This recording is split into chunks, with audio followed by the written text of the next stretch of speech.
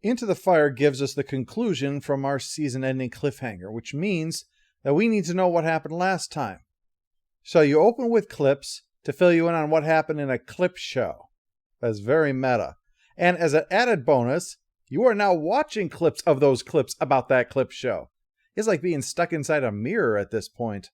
The episode begins with the return of Colonel Makepeace, very anxious and heading straight to General Hammond on his return from a mission. The Tok'ra told him that they know where SG-1 is, in the custody of Hathor. What's more, they have the blueprints that show that it is a recreation of the SGC, and Tok'ra intelligence reports that the defenses are actually light.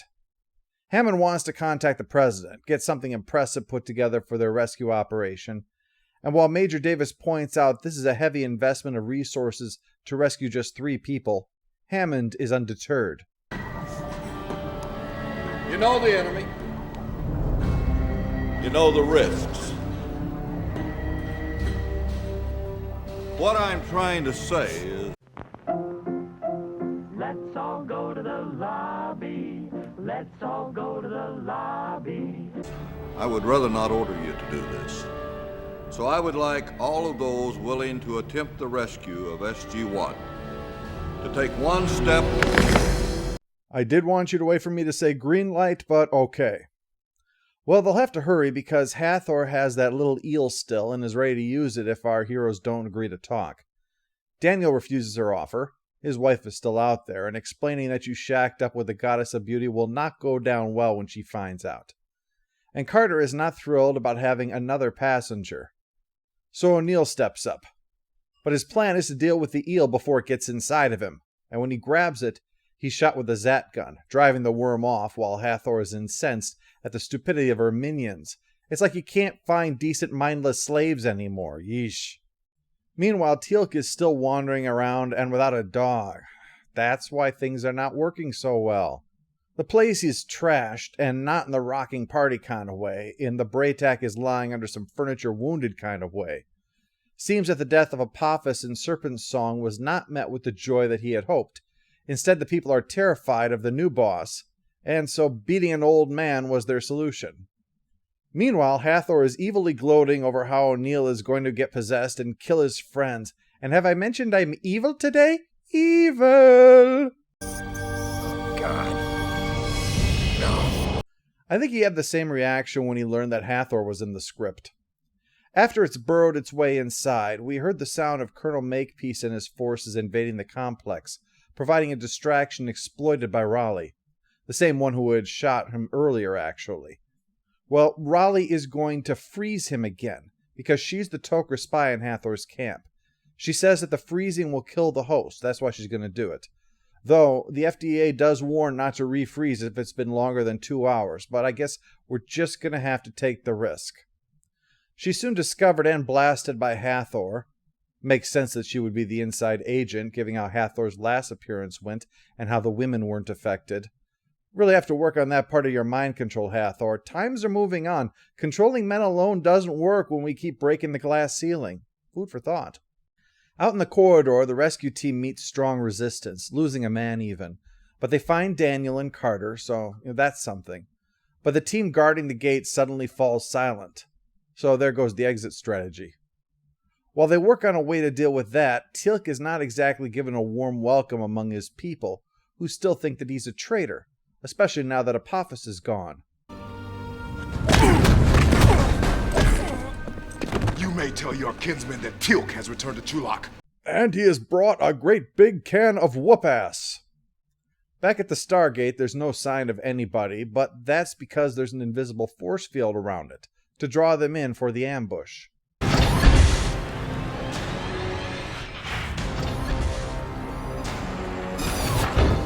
Well, that is a new one. Not many can say they were ambushed by a hidden gunnery tower. Man, that's like having your pocket picked by a rattlesnake. The SG teams try to fall back, but there are some casualties. In fact, the only good news is that the blast unintentionally exposes a Tok'ra tunnel, but even underground is blocked by the force field. There's no getting to the gate until they find a way to take this shield down. By now, Hammond is starting to worry. The scheduled check-in is long overdue, so he calls up to see if anybody's home. They're able to get in touch with Makepeace, who fills them in, but when Hammond tries to assess things through the MALP camera, Hathor's forces destroy it. Looks like we're going to need to get some reinforcements. But the problem is, Washington is not going to provide them. There's concern about continuing to throw away more lives, even though all Hammond wants is, from the sound of it, a group of about 4 tanks, which would probably do the job, but Washington is no doubt concerned that it would be way too expensive for this episode even after a clip show. Unaware that they're on their own, the survivors are plotting the counterattack for when the reinforcements arrive. Carter thinks that if they shut down the generator, a force field will go too, so she's going to try to find it and take it down at that time, while Makepeace and his survivors attack the towers. Of course, they won't be survivors for long with no reinforcements coming through, so we better hope that Teal'c's town meeting goes better. He said everyone assemble in Braytak's house to discuss it.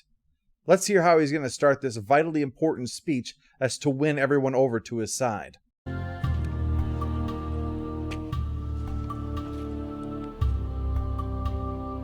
The Goa'uld are not gods. No interest in sugarcoating that, huh, Teal'c? You're just going to lead with that. Just right out of the gate with the blasphemy, like a motorcycle gang tearing through a church picnic. There's some who are vocal in their disagreement, while others are wondering what all this might mean. So Teal'c plows on, saying that he saw Apophis die begging for life on a day that he thinks that they should make a holiday.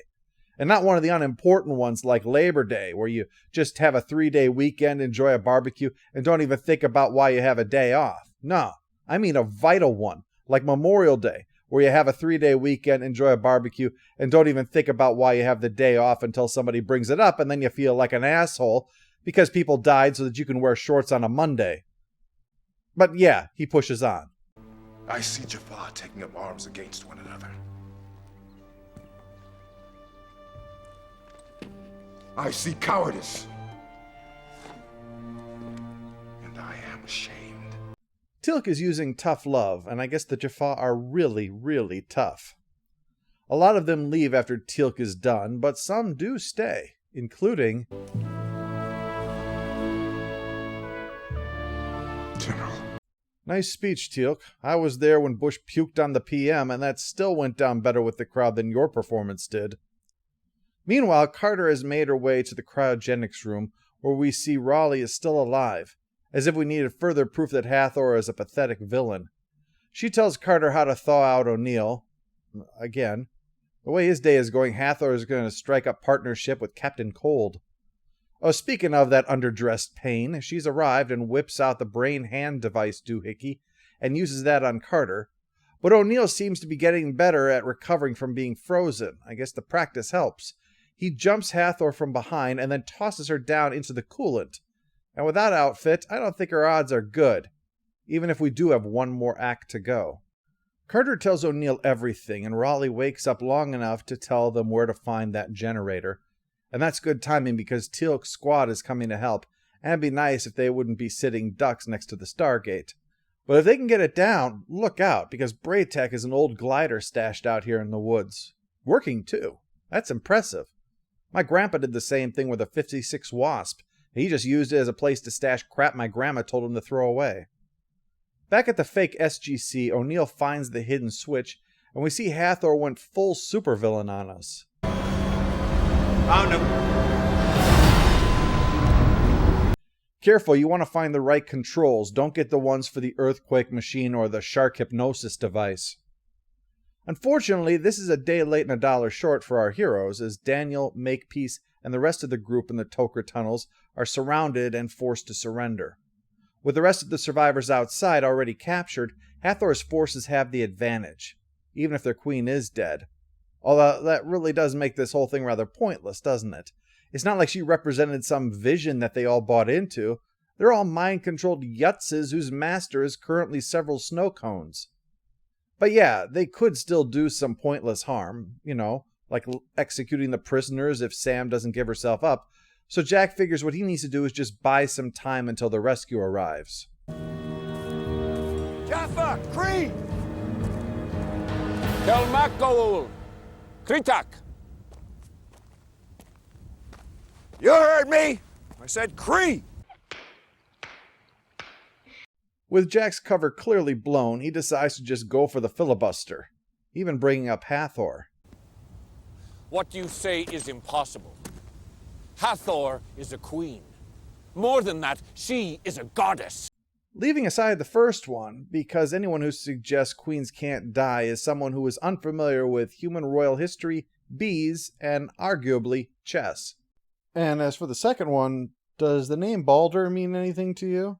Because if not, you may want to look him up. O'Neill presses on, going full Monty Python on Hathor's remains, until the Stargate turns on.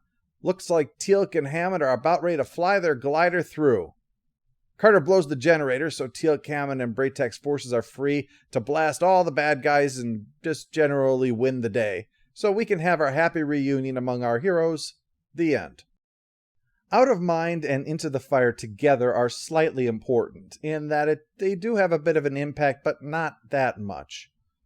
The story gets a stamp of fine. The clip show cleverly utilized its idea and ended with a serious threat, but the payoff was hampered by the fact that Hathor just isn't a very good villain, as demonstrated by the fact that she has practically no screen time. I checked it. Hathor has put together about 5 minutes in Into the Fire, when she is the master villain here. In Out of Mind, the background clips for her totaled 2.5 minutes. Just compare that. This is partially because there is so much going on, but it's also because Hathor just isn't interesting enough of a villain to be worth spending time with. She's a one-trick pony, and the trick is not worth repeating. The reason for this story, more than likely, is that Season 3 is the one where they're starting to close some doors to avoid dragging things out forever. It's when Shah-Re and Skara are finally resolved, when the new threat of Sokor is finally confronted, and we're told the reason that the Asgard aren't swooping in and sorting out the Goa'uld problem. Taking care of all the dangling plot threads, including Hathor, seems like a good plan. Hathor presents this weird dichotomy. She's so capable that she can do what others can't. Capture 3 of the 4 team members alive, orchestrate the massive charade that we see, and has tech that we haven't seen before, and yet does nothing but strut about making threats until O'Neill takes her out while recovering from being frozen and unarmed. I can't help but think that the ending really should have been that Trotsky is revealed to be the real mastermind, and then should be allowed to escape. Give SG-1 a Moriarty Goa'uld to deal with, someone cunning and well-connected and committed to avenging Hathor, and yet not actually having a power base. He'd be a different kind of threat to deal with, much like the way that Ball would be in later seasons. Into the Fire wasn't bad, but it didn't really wow me in any way either.